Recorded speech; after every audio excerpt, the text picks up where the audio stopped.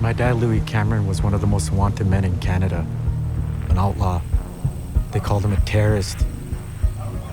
I call him a warrior.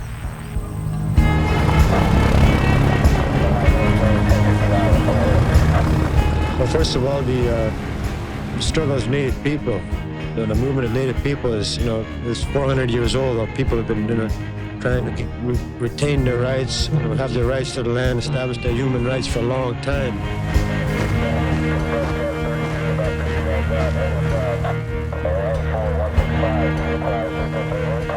My dad, Louis Cameron, he stood up for our people, for the Anishinaabe, who are suffering in Kenora.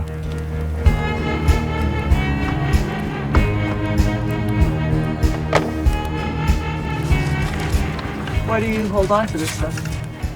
I don't know, because it smells like him. It smells like my dad. I don't know. Like paper, cedar, it smells just like my dad.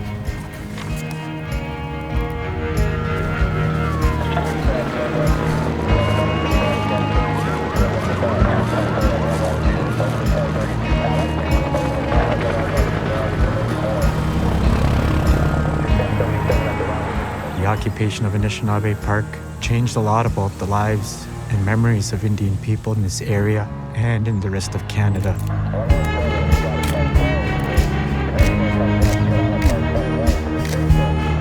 It was a turning point, a landmark. But for what?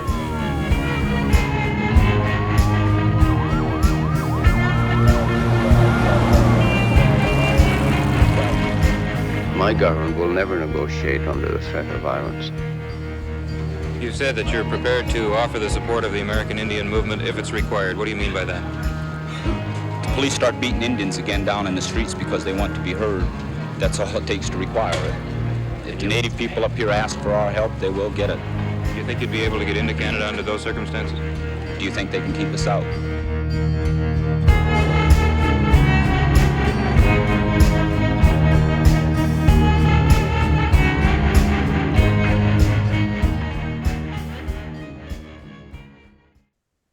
Hey everyone, welcome to a new episode of Carolyn Talks, the YouTube channel / podcast where I, your host, film culture critic and journalist Carolyn and I speak to film creators around the world about their work, the industry, and what inspires them. And today I'm very happy to be joined by filmmakers Tanya Talaga and Shane Belcourt to talk about their documentary Ni-Naadamaadiz, Red Power, which is chronicling the life of a man I've never heard of, unfortunately, until this film.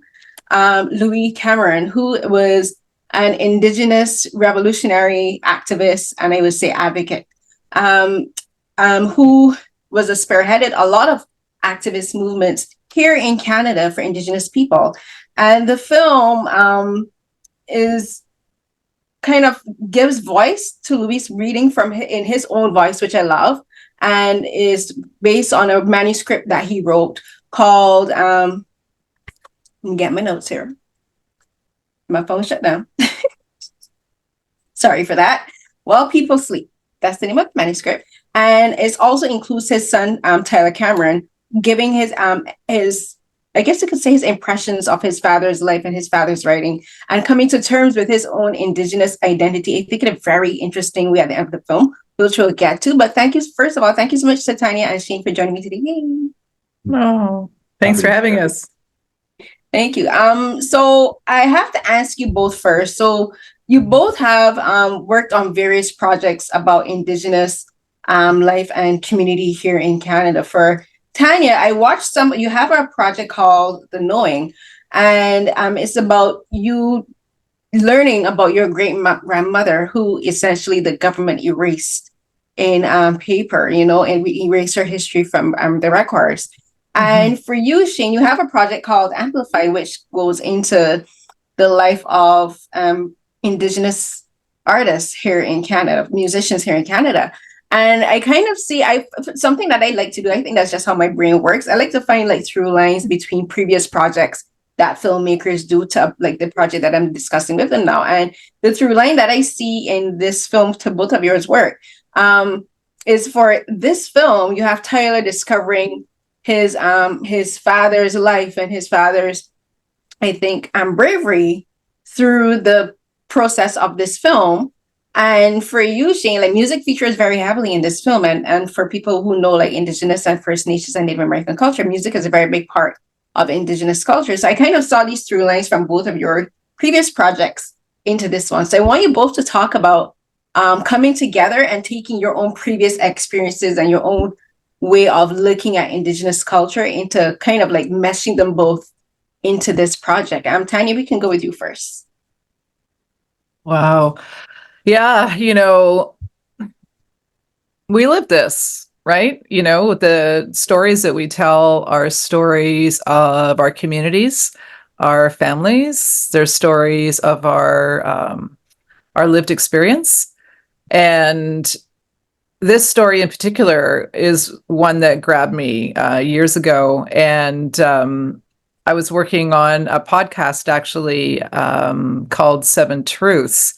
And that's one of the truths. It's about the 7 Anishinaabe grandfather teachings. And one of the truths was based on the story of Anishinaabe Park and the story of Louis Cameron. And I had first heard about it, though, when I was researching my second book, All Our Relations. And a girlfriend told me about her father being a part of the Ojibway Warriors Society. And I'm Anishinaabe, and I had never heard about what happened at the park and about the occupation. And I'm also a journalist, and I'm constantly ashamed with how journalism has behaved over the last several decades. Well, really, since the country was colonized or Canada became Canada. Our stories have never been reported on. They've never been covered accurately. And this was one of those stories that just screamed to be told, and told in a really good way and a really loud way. And all of those things sort of came together with Shane too, because Shane has that experience, right? And he has directed films like that before, the Tom Wilson biopic that he did, and you mentioned Amplified, Shane thinks with music as well. And so when we were putting this film together, it was like, Shane's got to be the director. Shane? You mentioned the series Amplify. We did 3 seasons. The big producing team that I work with on that series, and episode 13 of season 1. That was one in which it featured my dad, Tony Belcourt, and my auntie, Maria Campbell. And in that episode, my dad and Maria Campbell, I was in the episode also, and I was, as a son, trying to understand, the argument that I grew up with between grassroots resistance and elected leadership trying to affect change within the systems of colonial power. And it's a big debate that I grew up around, right? Like where my dad, who's an elected leadership type, would be taken to task amongst all his friends by community organizers, or definitely Indigenous women who were not in the 70s as elected in leadership roles, more support roles at that time. And they would take to task over breakfast, lunch, and dinner. And every time we'd get together, like, why aren't you doing this? And why aren't you doing that? And, you're playing poker at the casino, and the house always wins. So why do you think you're going to get a win out of this? It's designed to grind us down through the length. And Louis Cameron himself speaks with this a lot. The Crown, which is what you're always up against if you're an Indigenous person looking for change, the Crown has a forever platform. Like, they will forever have funding. They will forever have a new person who is the representative of the Crown in any way, shape, or form, whether that's in in the court of law, or a judge, or whatever it might be. So, like, it's a forever track. So are we, but how do you affect change in that? So growing up in that debate, doing an episode about that debate, coming into this project was, one, I know people like Louis Cameron. I grew up around them. My dad is one of them. My dad and his friends are them. So it was really personal to do it, but to combine Tyler, as you were noting, Carolyn, was sort of like this idea of like, well, I'm Tyler. I'm always trying to understand, like, why does my dad do what he does? Did it do anything? Did anything really change? Like, you gave the whole life and the family moved to the rhythms of what he needed to do for his work. And what does that really, what does that mean? And how do we carry that? And how does it affect what I do? And so when we were speaking with Tyler and working on this project, it was like, oh, I'm making a very personal project through, these characters of Louis and Tyler. But as Tanya noted, it is an unknown piece of history. And so it also had this added bonus of like, we're burning something that should be known. And everybody, we have like, he should be, I love the t-shirts say keeping it real, from a Louis Riel. And it'd be great to have people having shirts that have something to do with Louis Cameron and to remember what he stands for. And what he stands for is that grassroots organization of like, we respect elected leadership, but sometimes grassroots people have to show up in force and show their voice to come at another way of trying to affect change. Something you both says that is something that I talk a lot about in my work, and that's how it's about colonialism, but it's more about the structure of colonialism. We you mentioned the Crown, and the thing about colonial governments, and that's including here in Canada, Turtle Island, America. I'm from the Caribbean, so we were under the British colonial system. Is that the system is built to silence us. It is built to oppress us, and it's built to suppress our voices and our stories. Like here in Canada, I worked at a public school here for about 10 years before I had to resign because of the pandemic. But it's something that I always paid a close attention to. It was when it came to time to talk about, Black history, Indigenous history. They tell the same story every single term. Every single term, they're telling the same stories about the same people to the kids, and they never expand out. For instance, like I found out about the Oka crisis by watching the film Beans. Like I had never heard of the Oka crisis outside of watching that film. In the documentary, you have one of the members of I don't want to get his name, Russell Means, who was a member of the American Indians movement, and he mentions Wounded Knee, And the thing that struck me about him mentioning Wounded Knee, like this film is like a lot of what happens in the film centers around 1973, 1974, in the early to mid 1970s, because that's when the occupation of Anishinaabe Park happened. But when he mentioned Wounded Knee, it made me realize what happened at Wounded Knee is a much more present event than is presented in American films. In American films, a few times that Wounded Knee is mentioned, it's made it as though something that happened in like the 18th century, like almost 100 years ago, when it's like, actually, no, Wounded Knee was a much more present event. Same thing with this event at Anishinaabe Park. That was in 1970s. My brother's born in 1973. My brother's 52 years old. This happened just 51 years ago. And that's a much more present timeline. I'm 42 now. My birthday was in August. So like, it's just 10 years older than me. And what your film to me really does is bring home how present these situations are, like this is not that far ago. This is not that long ago. And like Indigenous people, Black people, and I would say even immigrants and people of color in Canada are still facing the exact same problems, So I want you both to talk about that, about having the film bring something from the past to the present, but also making sure to remind people this is not that long ago. This is still within our present time. It's millennial time, you would say, or that would be boomers. Is that boomers? But you know what I mean. Sorry. So I'm a Gen Xer, and I think Shane is too. I'm still not sure which is Gen X, millennial, or boomers. I think I'm a well, let's just say we're older than you. And so I was alive when the park happened. I was 4 years old. So yeah, it is very much present history,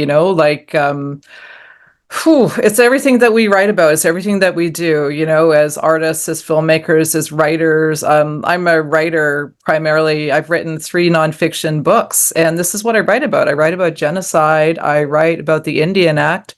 I'm a status Indian under the Indian Act, a piece of racist legislation that's been in the books since 1876. I'm a member of Fort William First Nation, and we see communities like Pine Ridge, like what happened with a Wounded Knee. Like we see this is still our existence in many of our communities, especially in Northern Ontario. We don't have jobs for, 80%, 85, 90% of the people. In some cases, we don't have clean running water. We don't have doctors. If you want to see a doctor, if you want to go to high school, you have to fly out of your community and go to a place like Thunder Bay or Sioux Lookout or Kenora to go to school. So, when you say that, this is very much still our present history. It's not history. I mean, we're still living through a genocide, and you see that very much in our film. I just saw yesterday, I saw True North by Michelle Stevenson, and I was just struck by the similarities between her film and ours. Like, again, it's, coming out of the civil rights movements of the United States. I mean, it was an influence very much on the Ojibway Warriors Society and Anishinaabe Park, because the struggle is one that we relate to as Indigenous people, right? Yeah, no, it does. And the thing that bugs me so much is, like, you mentioned genocide, and people say, oh, genocide isn't still happening in Canada. I'm like, yes, it is. I call it cultural genocide. And cultural genocide is when you suppress a people's right to speak. You suppress their language. You suppress their history. Again, having making it difficult for films like this to be made, making it difficult for Indigenous people to tell their stories in their own way, using their own language and storytelling methods. It's about telling the same. You may be talking about Indigenous rights in school, but telling the same story erases everything else that happened outside of those stories. And I see that as cultural genocide. And this film, and Louis talks about that in the film. Like him and the other AIM members and the other members who were there at the park talk about this. Talk about and one of the purveyors of this in Canada and in North and in America as well is the residential schools, or as I call them, forced assimilation institutions. I refuse to acknowledge these places as schools, because to me, a school is supposed to be a place of learning, edifying, and they did the exact opposite with Indigenous people, with Indigenous children. And I want you guys to talk about just sorting through that in the film, because the film does start with Louis talking about his experience at the residential at these institutions. And the thing with Native American and Indigenous people, so much of the stories begin there, because that's so much of their foundations of as Indigenous people begins at these institutions, because that's when they experience this trauma of being told who they are as people, who they are as children, and who they are as Indigenous people to this land needs to be eradicated. And there's something about that just splits your identity. And it's addressed later in the film. And I think what Tyler did was brilliant, where he kind of like shaves and he's kind of like, in a way, mending his father's. I think, to me, I kind of read it as he was attempting to mend his father's psyche posthumously by accepting that he looks just like his father once he shaves his beard. But a lot of the film does talk about how these institutions broke the psyche of Indigenous people, and like how, even as Louis was doing all of this advocacy work, he went to school, he got diplomas, he was speaking, going to having like press conferences, leading these revolutions.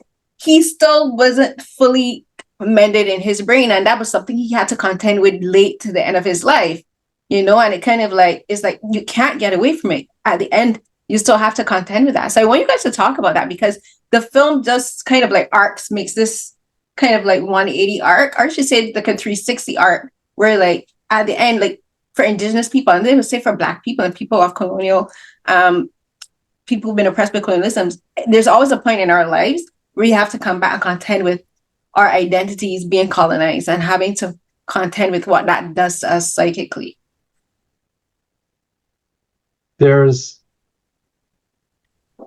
so many elements about when someone stands up and organizes, whether it's community leader and or elected leadership, and the community stand up and they're trying to organize. And at first, there can be this sense of like, whether it's the American Indian movement in Alcatraz or in Wounded Knee or in Cache Creek, which happened right at the same time in the 70s in British Columbia, as Anishinaabe Park, which led to the People's Caravan from BC all the way across Canada, which Louis, as you saw in the film, was a part of, and went to Ottawa, and then it was suppressed so violently from the federal government on the lawns of Parliament Hill. So on one hand, it's sort of like anytime someone's organizing, you're like, oh, look at them. They're so full of anger and hate. They have these defiance, they have guns, or an Oka. Look at them with their military fatigues against our Canadian, the viewer in the news reacts to. And what they fail to sort of really kind of investigate, as you're kind of touching on here, Caroline, is what are all the points, what are all the intersections that led to someone's act to stand up? So in the case of Anishinaabe Park in 1974, Louis' father and family grew up on the land and subsisted, as well as had commercial fishery. Then their community was dammed and moved and relocated. That's the first thing. Then the waters in which they fished were polluted by mercury poisoning so that Southern Ontario could have paper.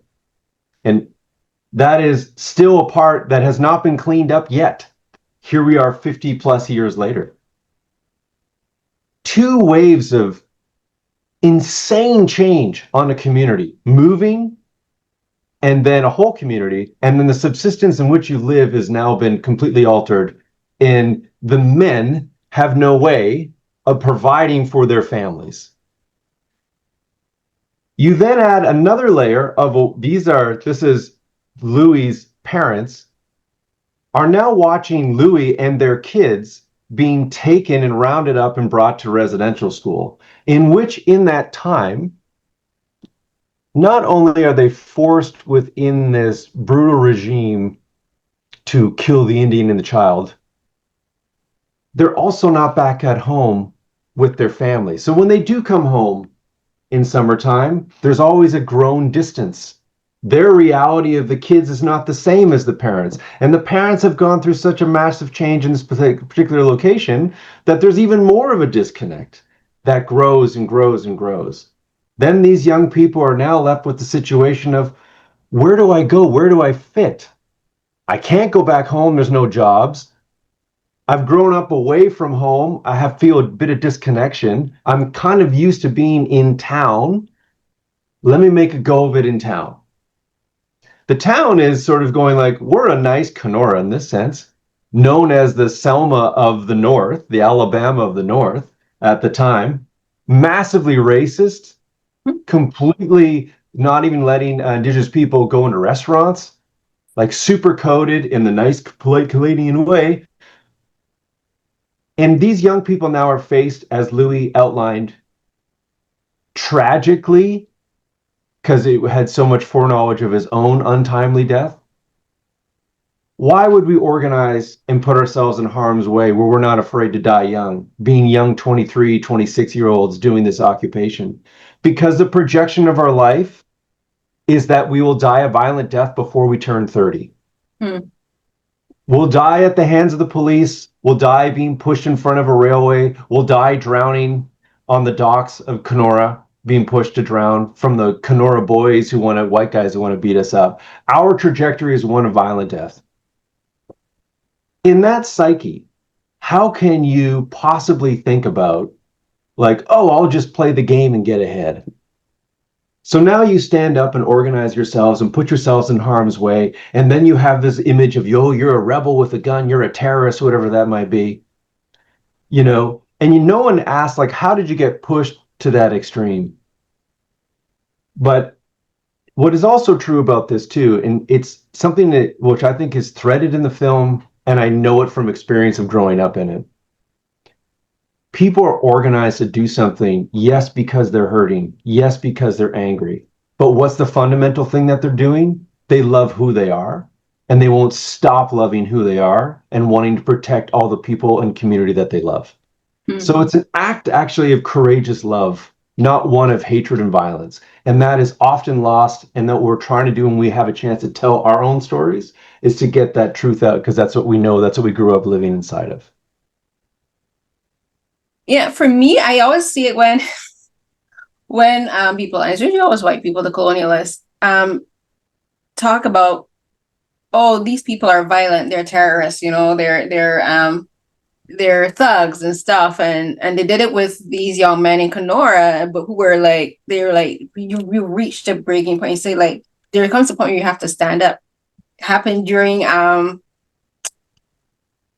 the move to stop slavery, you know, slavery revolts on the islands and in here in North America, Haiti, you know, in Africa during apartheid, in Africa, Palestine, you know, where it's like you beat the people down for so long, and then once the people said, you know what, you back me into a corner, and the only way to get out this corner is to go forward and through you, and they'd be like, oh my God, but how could you do this? You're a thug, you're a terrorist for fighting back against the force that's beating you down. And that always blows my mind, because it's like that, and I call it, and that's like the bully, that's like, it's an abusive mentality. That's what abusers do, you know, they abuse their victim, and then when the victim stands up and they say, but like, why are you being so dramatic? Why are you finding a problem with this now? Because I've been beating you for all of these for hundreds of years, and all of a sudden it's like, oh my gosh. And that watching this film really brought that out for me, because it's like, and like there's this audio that's used in this film from some news reporters that were covering the protest in Ottawa, in Parliament Hill here in Canada. And the tone with which these news reporters spoke was so patronizing, so condescending, so filled with so much disdain for these Indigenous people speaking up for their rights. You know, they're like, oh wait, they have a problem with the way they're being treated, and I'm just like, yes, they do have a problem with the way they're being treated. And the film, and I want people, when they watch this film, to really pay attention to the audio recordings that you guys selected for this film, because it really does speak to how the media covered these events. You know, and like I always talk about how media influences the way that we people of color are perceived. I always say the way we're portrayed on screen affects the way we're perceived in real life. And the way the media covered this story, covered these events, affected the way that that these Indigenous young people were perceived in real life. And that is something that is still happening in Canadian media to this day. Because in 2024, you had First Nations tribes from all over Canada were convening in Ottawa and here in Toronto, protesting in solidarity with Palestine. And the coverage from the media was like, but why are First Nations people in solidarity with Palestinians? Because it's the same occupational force, right? And your film really does talk about how media plays such a big important part of redefining what Indigenous identity is, you know. And what I thought that Louis and his group that they did really well was they were using the media to their own advantage. You know, like there's a scene, and I love this scene, where he's doing a press conference, and the reporter tries to ask him a question in a very condescending tone, and he's like, I made my statement and I'm not answering any questions. And he controlled that situation, and that shows that he understood exactly the power of the media. So he wanted to make sure that he controlled the media to his own advantage. So for you, Tanya, as a journalist, talk to me about that aspect of the film, because I imagine for you as a journalist, watching how Louis and these young people handle the media, you know, for instance, like the same gentleman, Mr. Means, he was brilliant in the scenes that you guys selected for this film. Because like someone asked him a question, and he's like, how are you going to get into Canada? He's like, are they going to stop us? Like, how are you going to stop us? He's like, yeah, John Trudell did say that. They're so savvy. And I'm like, look at how these guys, like, this is how you handle the media. Yeah, and Dennis Banks saying that we're not asinine, all we're trying to do is get the white man to live up to his own laws. And that's all we've been ever trying to do, to be honest with you. I mean, this whole country was, that we call Canada, was formed on treaties, and Canada has broken every single treaty that it's signed. And so this is something that we're always still fighting for. And, I really was hoping that people would pick up on the media, how the media spoke about us, reported about us was really important and part of the story. Absolutely. The tone in which people ask questions, that's so important to me. And so you can hear that racism that's already present there, and the way that Wounded Knee was talked about in the newsreel was just like, it was pretty crazy, and so tinged with racism. Oh, the Indians are happy with the outcome, so they're having a feast now, and it's so patronizing, but that's the way the media always covered us. Like, I was a journalist at the Toronto Star for over 20 years. I write a column. I'm a freelancer, though, at the Globe and Mail right now. And it has been a long struggle. And we still see the fact that we don't have a lot of reporters that are First Nations, Métis, or Inuit working in our newsrooms. We don't have, what's most important are the decision makers, people making the decisions as what gets covered. That still is something that we are not in control of unless we're talking about APTN, and so it's why I started my own company and why I left mass media, because I was tired of being boxed in with the stories I could tell. And I was in a position where I could leap forward and start something different. And so that's why I did. It's a constant battle, right? We're always educating. And so as First Nations journalists, we're always educating. We're educating newsrooms because you're often the only one in the room, right? And you're always like, and the thing that always killed me too is that people would always come up to me and ask me if I knew someone or if I knew someone else. It's like we all know each other. It's like, no, that's not true. It's a fight that we still have. And this film shows a period in time with how we were treated, and have things changed. Mm-hmm. And Shane, talk about just going through all of the archival footage and the audio and selecting the audios and the images that you wanted, because that's a big part of making documentaries, right? When you're doing documentaries and you have to go through all this archival footage, you can have like so many footage of reels, but you have to select the specific ones that fit, that tell exactly the story that you're wanting to tell. And for these ones, like as I said, these reels are really talking about how the media not only portrayed First Nations, Inuit people, and Native Americans in America, but also just like how it reveals the condescension and the racism within the news coverage. And these same news people say, but we're on bias. I'm like, no, you're not. No, you're not. But talk about just the process of selecting them. I was really lucky. My super close friend, Lisa Jackson, was working on her feature documentary, Buck, or the story of Wilfred Buck, a Cree story keeper. And in that process, I was just a story consultant. And so Lisa had sent me, she had access to just a plethora of archival videos that she was using for her documentary. And I watched them all with her and we spoke about them. So it was amazing to go through. The thing about, like, there's this, I think I perceive a sense that there's a myth that our people are somehow lacking in genius on many, many levels, whether it's media, oration, musical, mathematical, scientific, medicinal, environmental, that we lack some kind of knowledge, that we just kind of are, I don't know, like yogis, and we just walk out as one with nature, as if it wasn't, yeah, but that's informed by science. Mhm. It's informed by knowing the place of where you're from and conversing and experimenting. All the versions of corn, crossbreeding tomato seeds, like there's a genius in our peoples, writ large. I think back, you were asking about media, and just, I remember watching my dad at home. Oh man, he would get fiery, and he could pop off, and all these amazing insights. And then he'd be on the news and he would be so controlled. And I'd watch him on the news and he'd come home like, Dad, why don't you freak the fuck out and just go nuts, man? Like, I know you can. And he's like, no, because that's what they want to see me as. And I have to compart myself and present myself as their kind of guy, so that they would then sort of listen to what I'm saying without having a chance to write me off.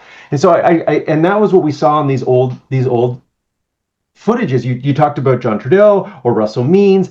There was this, we didn't want to get a chance to use it, but there's just sort of like, there's this one clip, this guy asked in Kenora.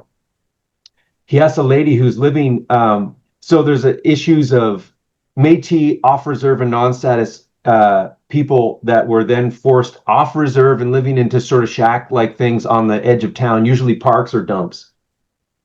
And when they lived in those places, this one lady, First Nations lady, outside of Kenora, the reporter asked, like, what do you do in your leisure time? And then she just looks at him like, she goes, what's that? I have kids. I'm trying to provide for them. I have to chop wood myself. There's no running water. I have to go get it. So it was, in terms of like selecting those things, there's so much there. We captured so much. There's debates between leaders of engagement, grassroots versus elected. Like, the NFB had this policy in the late 60s where they would give money in film footage to people like Willie Dunn and Annalisa Bobsuin's first film, and they'd be like, go make something in your voice. And then they just film these amazing things. And it was a time not only of unbelievable awakening and intellectual uprising from all peoples of colors, most predominantly in terms of the news with the American Civil Rights Movement, absolutely. And that was also within the Indigenous communities. People at a certain age were no longer hiding their smiles. You see that in the footage time and time again in these newsreels. The defiance of growing your hair long, of being like, you want to see me as some kind of Geronimo terrorist? Well, fuck it. I'm going to wear it loud and proud. I'm going to be the exact thing that you're terrified by. And it's to control the media language. You're absolutely right to touch on that. There was no there was no inkling in my mind that when Louis had like bullets wrapped around or like this kind of thing, that he was suddenly ready to go to war. It was absolutely theater. The sit-ins that led in all those times were political theater. That was very much inspired by and recognizing of the success of the American Civil Rights Movement, whether that's something of the Black Panthers or something that's more about, nonviolent. So there's so much footage there. And we joke about, like, I kind of wish we had a 10-hour timeline, because I want everyone to see these archives and all these news footages. There's so many wins, so many coded messages, so much going on in that time. And a film is always the thinnest tip of the iceberg. It's not always the best stuff. Even it's the best stuff that fit the story you need to tell at that particular moment. There's so much to fold into that. And if there's one hope I have with this doc, it's that Louis Cameron's manuscript gets published and you read his words from beginning to end. We tried to bring as much of what we could out from those times, and it really is not even the whole story. It's just like the truncated 90-minute version. Yeah. Talk about working with Tyler and just figuring out the flow of the story. Because the thing that fascinates me with documentaries when you say writing a documentary is different than writing like a fictional film, than writing a narrative drama. like you still have to tell a complete story, and you have to make sure it's a cohesive, concise story that tells everything that you want to be told, so that viewers get not only be curious about what isn't said, but also be engaged with what is being said and told. Talk about the process of writing a documentary like this, especially when you have all of this archival footage and it's still events that are still happening, because like at the beginning, like I mentioned, like we were talking, like everything that's happening is still presently, because like in watching the film, it made me think of the protests at Standing Rock, in North Dakota in the US. And that was around 2016 going into 2017, and like and even though the people in North Dakota are still protesting against, like, for water rights, as water protectors, and so you have to make sure that you mention a lot of different situations, like, again, talking about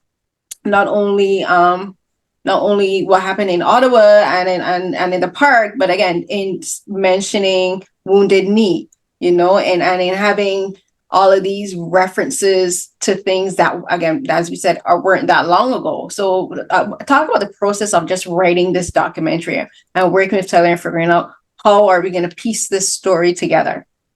Mm-hmm.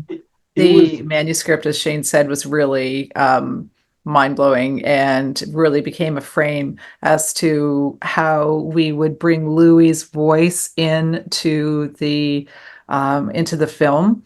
And the story of Anishinaabe Park, I was mentioning earlier, I did this podcast and on the 7 grandfather teachings and the teaching of respect I did about the park. And so when we were thinking about the film, the park is the thing. And I had met Tyler 7 years ago and Lynn when I was researching this. And when we would ask them for recollections about the time, or, do you have any photographs, or do you have any newspaper articles or videos? It was really tough. There wasn't a lot of stuff there. And so when it came to making the film, and Shane will tell you, he's got a really brilliant answer about how this film had 3 different versions and starts and everything. It's like, okay, well, what do we have? Because we at first thought we're going to have all this amazing footage from the park. And then suddenly we realized we didn't.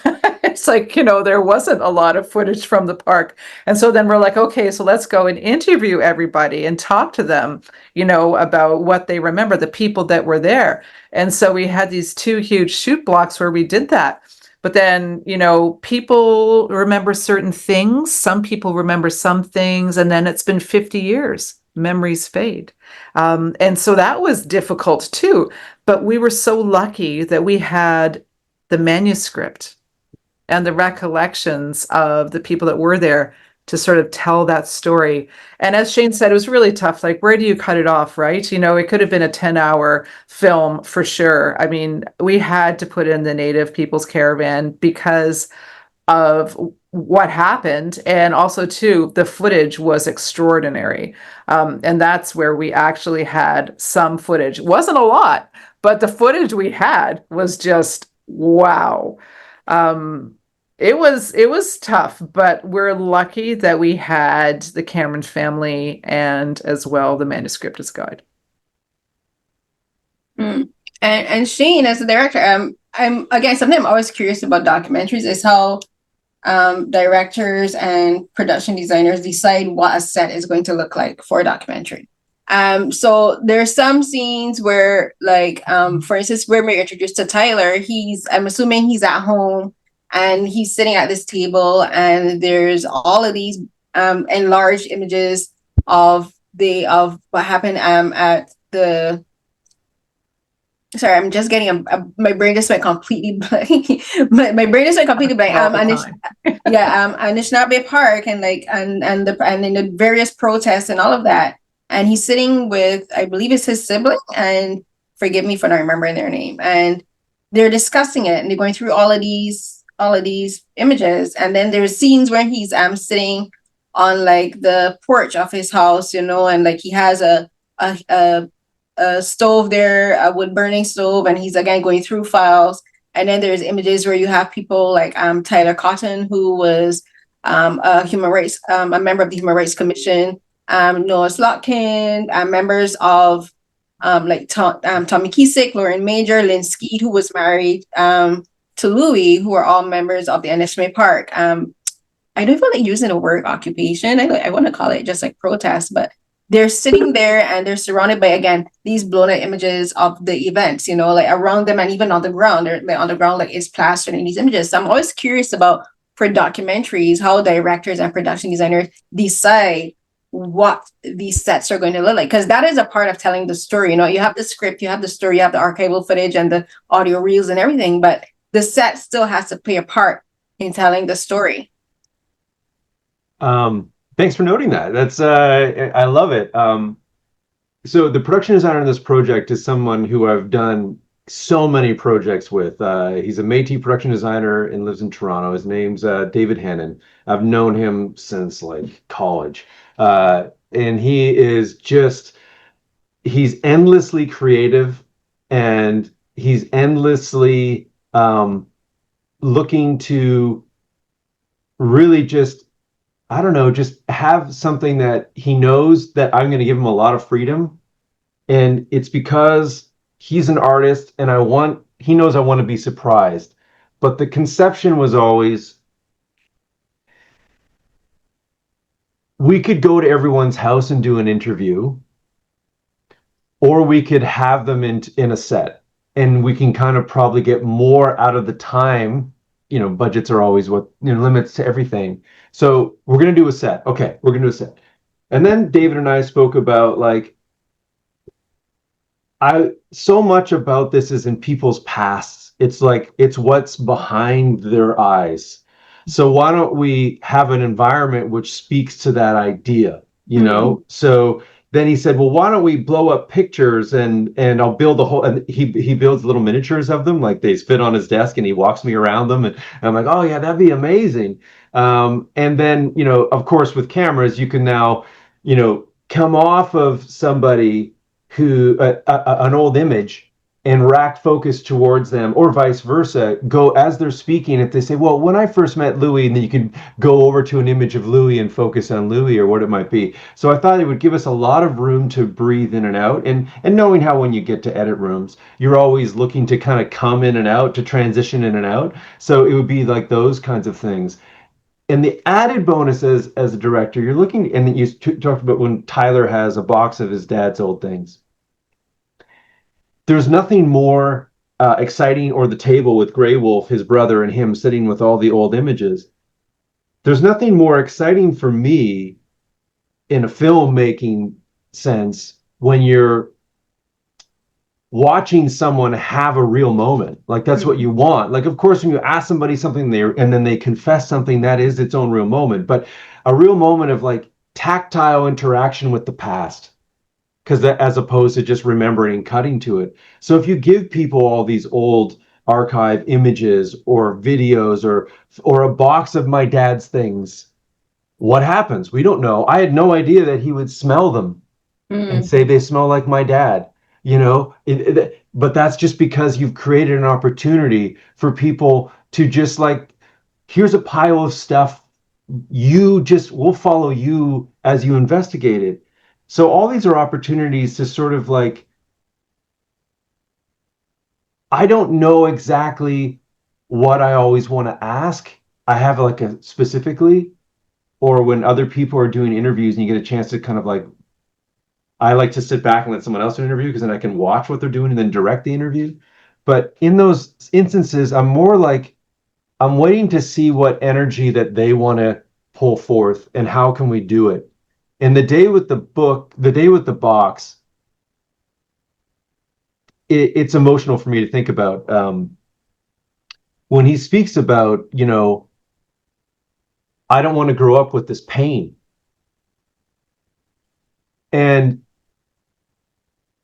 I didn't know that was going to go there. I thought it was literally going to be about like, he would pull out tactile things and read from them and go, yeah, these are the amazing heroic things my dad did. I thought that's the way it was going to go.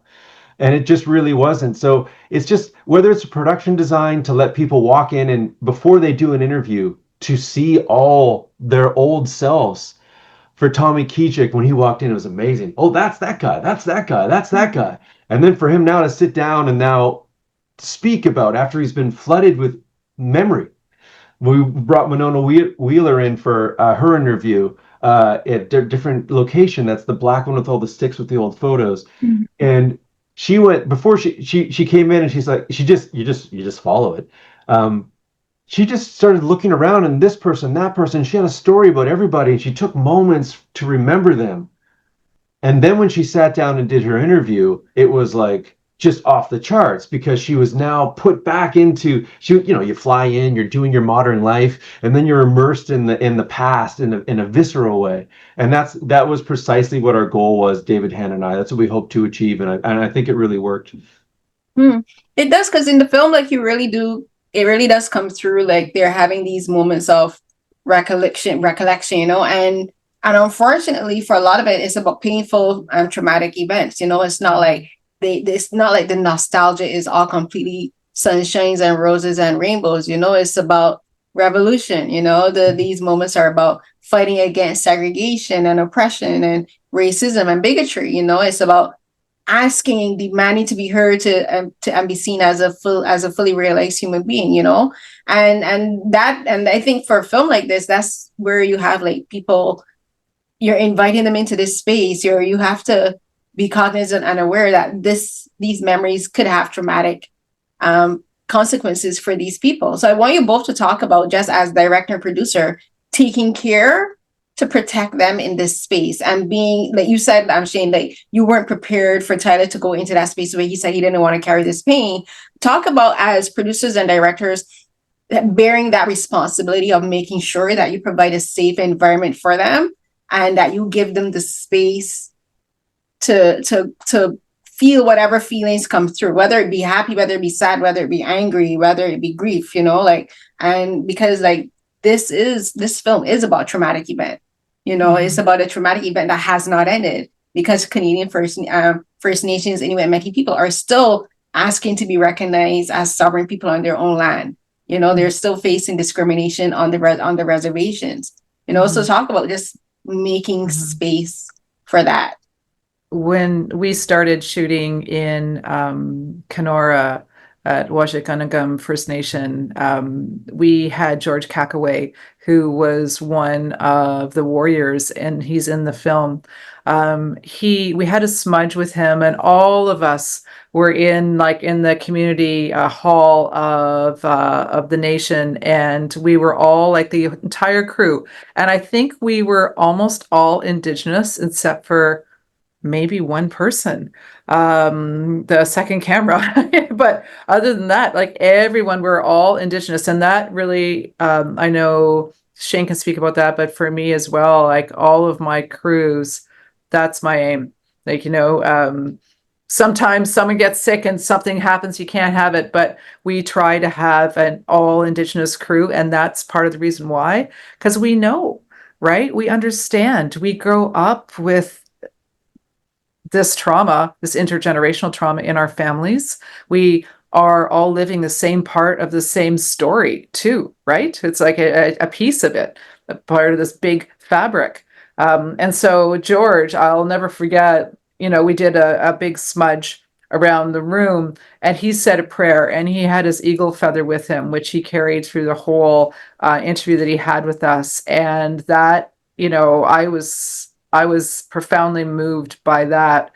But Indigenous crew first, making sure we start in ceremony is also really important. It's important to both of us. And also too, we had a smudge bowl we had a little green room that was, full of snacks and everything else. And we had so much tobacco, and we had a smudge bowl as well. So everybody who came in, if they wanted to smudge, they could totally do that.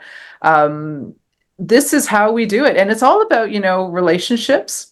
I mentioned I've known Tyler, and I knew Lynn, and she passed away during the filming of Ni-Naadamaadiz, but I've known the family. I've known Francis Kavanaugh for 15 years or longer. I've known people in these communities because I'm Anishinaabe too, as well, right? And there is, we keep connected. sorry, that was my phone. We keep together, you know, like I talk to Tyler all the time, see how he's doing, how are things, you know, the community itself. Because like when the film is done, it's not just finished, okay, bye, here we go. I mean, these are still like, you know, my extended community members, like we got to see each other. We care about each other. And like, we're going to go to Kenora. We're trying to figure out a date. Shane, it's looking like it may be October 18th for a screening in Kenora. We're trying to figure out a date where moose hunting isn't going to affect everything and before the snow flies. But it's important for us to have that relationship upheld and honored. Shane? It's on the one hand, I'll say there's three elements to it. One is people aren't always needing or wanting to be in bubble wrap. If someone's making a decision to participate with a documentary, they know. They're aware of what we're doing. They're not unaware children. So when someone signs up and they know what this is about, they want to come speak. Another part of it is I've been working in this medium for so long now, and I grew up around other productions. Something happens in a camera that you don't expect. I don't know what I'm going to say right at the exact second, right? As in the Zoom camera, you know, but when you're in an interview and a set and you're sort of been suddenly some truth sometimes slips out in a way that reverberates a little more deeply than maybe you thought. Oftentimes in this doc or in others, I didn't think I was going to say that today. I didn't think I was going to talk about that today. And it just came out.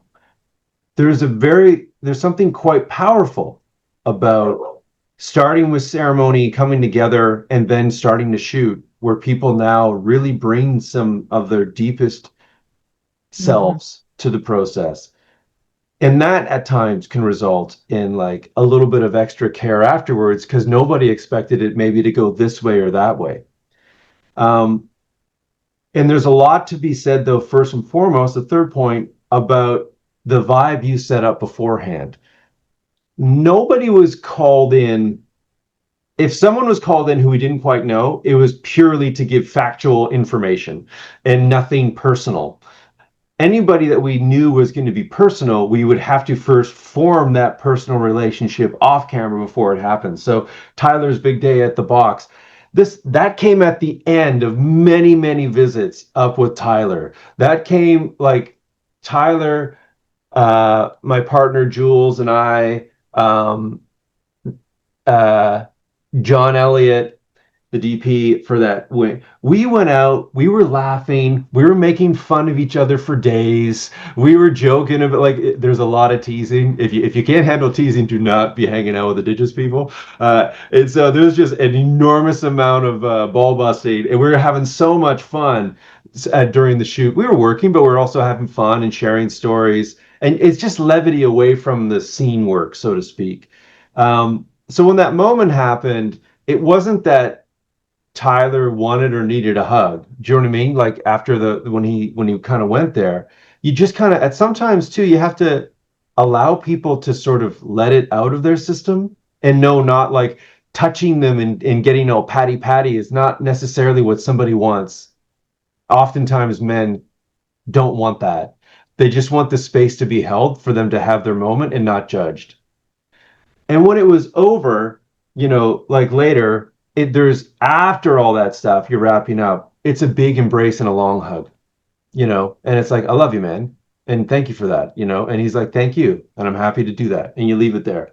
So it's not always as pathways and protocols, these are the things that we have to do. It has to be, as Tanya was alluding to, felt because you are family and you form family. Yeah, and I think that's important for films like this, you know, like, let people go where they need to go in telling their story. Like for me, when I do my interviews, I'm always, something that I've grown more comfortable doing within I would say the last few years, is being more personal in sharing my own experiences and my own thoughts and on films and stuff, because especially for when I'm doing interviews for documentaries like this, because my personal philosophy is if the people in these films can share the most intimate details of their lives and their experiences, to me, just personally, as a journalist and as an interviewer, shouldn't feel like, shouldn't leave that to them only. Like if they're going to share, I have to be willing to share too, because like at the end of the day, for me, like doing these interviews is a learning process. It's about sharing, it's about learning about different communities and cultures and different people and experiences. And I feel for me, when I share, it helps me to understand the stories better, because and it's not only that you're looking for relatability, it's just remembering that we are all just humans just floating through space on this gigantic rock with so many issues on it. And like, if I can let my guests understand that I know where they're coming from, that makes it all the more worthwhile, because they're sharing this story for a purpose to be heard, and I want people to know, like, I hear you and I see you. And I think, and I'm very happy to hear both of you make sure that I was a big part of the process, making sure that these people were heard and seen, because so much of this film, so much of their stories was about people not hearing and seeing them, so it's important in the process of this that they were heard and seen. And for me, I just want to make sure that I let you guys know that I hear and see you, and for anyone involved with the film who may see this interview, that I hear and see them as well. And in talking about hearing and seeing, my last question that I want to ask you is, I talked about the theme of like almost like a 360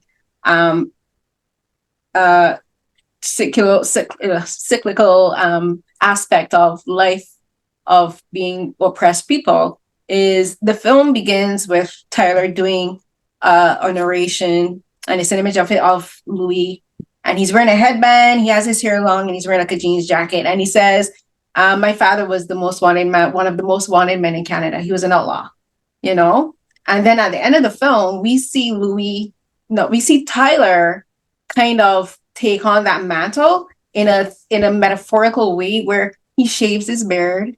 We see him start to emerge, slowly look like his dad. He puts on the headband. He takes down his hair, because throughout the entire film, whenever you see him, his hair I didn't realize his hair was long. I thought his hair was short. And he takes down his hair, and his hair is long. And what I thought was really poignant to me wasn't even just revealing the long hair and shaving. It was he put on a denim jacket.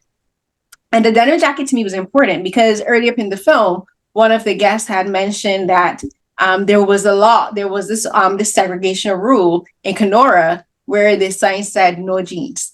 And it's the same thing with in America, where it was like no blacks allowed, right? But the no jeans was a euphemism for no Indians allowed, because they associated Indians with wearing jeans, which I thought was hilarious, because jeans was what everyone wore, but it was a way to separate them just on apparel alone. So to see Tyler put on this jeans jacket, and it kind of reminded me of another scene. There's another scene in the film where they're in Ottawa, and everyone is sitting down in this auditorium, and everyone is wearing denim, and they're playing the ceremonial drums. So I kind of saw that was like a call back to that particular scene. So I love that how you guys edited the film. But talk to me about just this of ending the film there, of Tyler putting on this mantle of I'm an outlaw, and an outlaw being symbolic of a First Nations person saying, I'm an outlaw to Canadian government because I want to speak for my people. Like they're looking at it that way, but he's like, I'm willing to put on this mantle and this identity to pay homage to my father, pay homage to my people. So talk about ending the film there and watching Tyler do this transformation in camera, because we see like there's two cameras, there's like, I guess like three cameras, one on the side, one filming him, and another camera behind filming the cameraman filming him. So we're watching him go through this transformation, almost like a butterfly. And then we're getting shots of the cameraman observing him, watching this happen. So talk about just that whole metamorphosis of Tyler into Louis at the end of the film, because I thought it was a beautiful way to end it. It was, and thank you. It was, and I love that you noticed all the details. So thank you as well for really digging into the movie. That it's very fun to speak with someone who has truly watched the movie. So thank you for that. It's a great question. It was by design. It was absolutely something that we wanted to do. Tanya alluded to it earlier. We had three failed attempts to this movie. First one was, this will be MLK versus FBI. So it'll be 100% archival, 100%. And then you find out there's not enough archival of Anishinaabe Park. People are there filming it, audio people are there recording it, photos are being taken. You call around for the archives, it's all been deleted. It was all old films. People had to restore it before it became digitized, and just stuff is gone. Even family, archives as well. So, okay, we can't do that. Let's do the Ken Burns thing and speak to all the experts. So that's the second iteration. And we have all these amazing people, but not everyone could remember things. Winona Wielder tells this amazing story of she walked in and there was a bullet hole in the bucket, and this amazing story she talks about. And then I'm like, okay, so what happened after at the campfire? Who decided oh no, I was a potato peeler. I don't know anything about what happened over there. So you're like, oh, so you're kind of like, how do we do this now? So then the third iteration was, okay, well now, and we had a chance, we got the manuscript later in the production. It was during the second block where Tyler said, hey, I found this. Is this useful? We're like, oh my God, it's useful. And then that became a new thing of like, maybe Tyler can reenact. We were going to do an interview and trick the audience, in which an older actor would play Louis as a 70-year-old, and we'd take all these old interviews that Louis gave as a 20-year-old, and his son Tyler would play the role of him, so that you would think like, oh, he's still with us, and then at the end you would discover, oh no, these were actors, this is his son. And the reason why I bring all that up is that one of the things we do is we would film Tyler rehearsing. That's what you're seeing when he's sitting on the dock or in these different places, trying to process and remember and memorize the lines of his dad. And Jules is brought up to sort of help him prepare himself for that kind of thing. Then we were also going to now film the filmmaking of him reenacting, because he might go in set and be the character and then walk off set and be Tyler. So that was what I was the third camera operator filming that. So we would be like, oh, we have this other tranche of potential, moments where he would be reenacting and then responding to the reenacting. So when all three of those things in real life in Kenora, that nothing's ever changed there, it's still the same in many, many respects. Real life in Kenora meant that for Tyler, hey, we have to shoot tomorrow. Okay, great. I'm in. We fly up. It's a great expense and all this stuff. And then he's like, sorry, I can't make it tomorrow. The daycare worker who works at my daughter's daycare OD'd last night, and now there's a funeral. So you're like, of course, you're like, take that space. Oh my gosh. So there was a lot of complications in trying to clear Tyler's real life needs. He's a social worker. Like he's very, very involved in his community like his dad was. So what do you do, right? You have to work around it. We got a little bit of each. And what was magical in the editing process is like, oh, somehow we were always making the movie.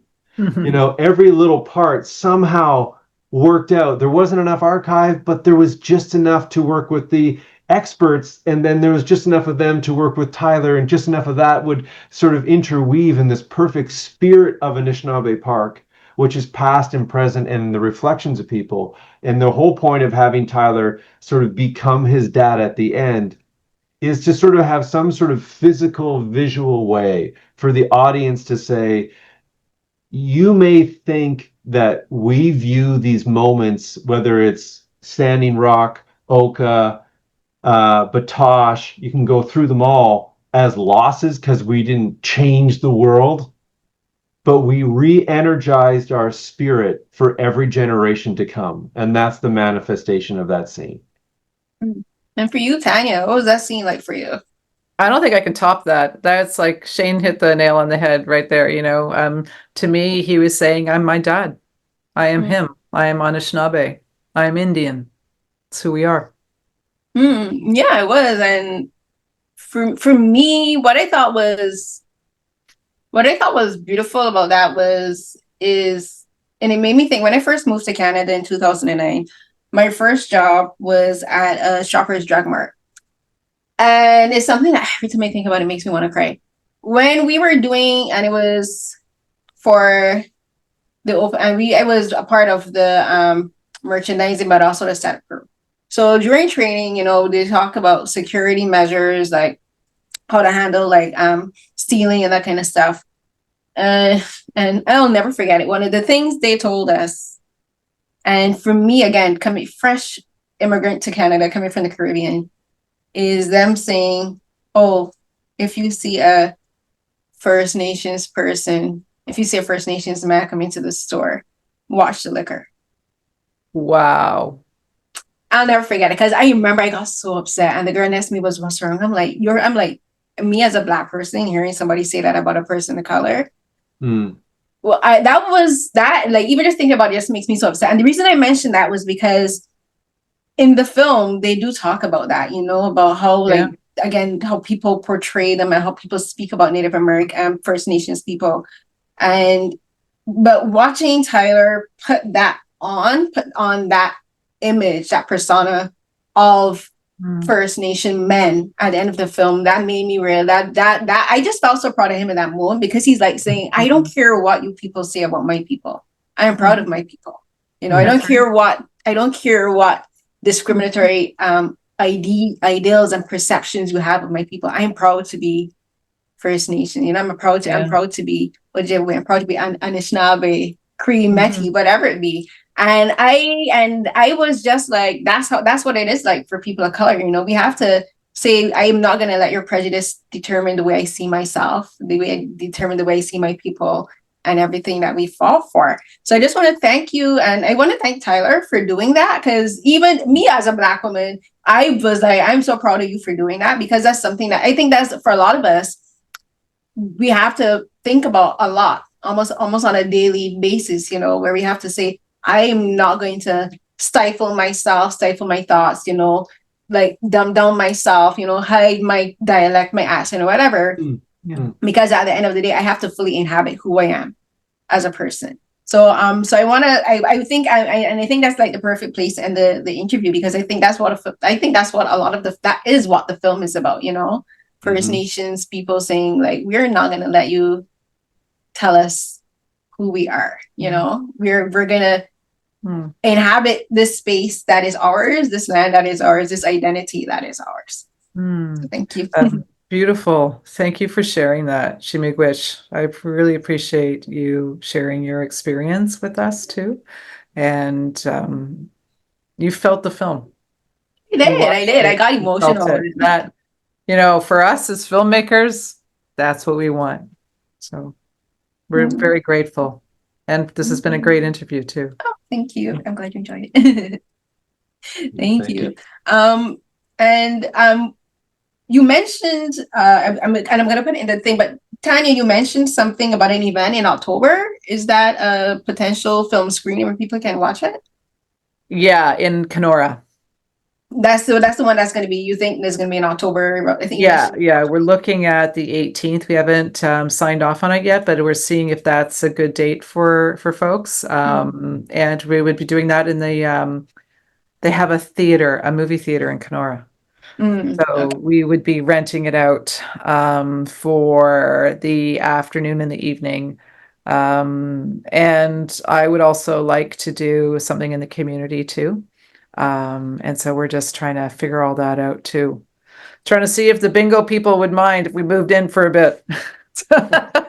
I hope it happens, because I think it's very important that this film gets to be seen in that community in particular. So I wish all the best for you guys, and that you get to screen it and you have a successful rest of festival season, and maybe theatrical release, so that more Canadians can get to see this film in Canadian theaters, because we need more films like this in our theaters, to be honest. But thank you so much for taking the time for speaking to me.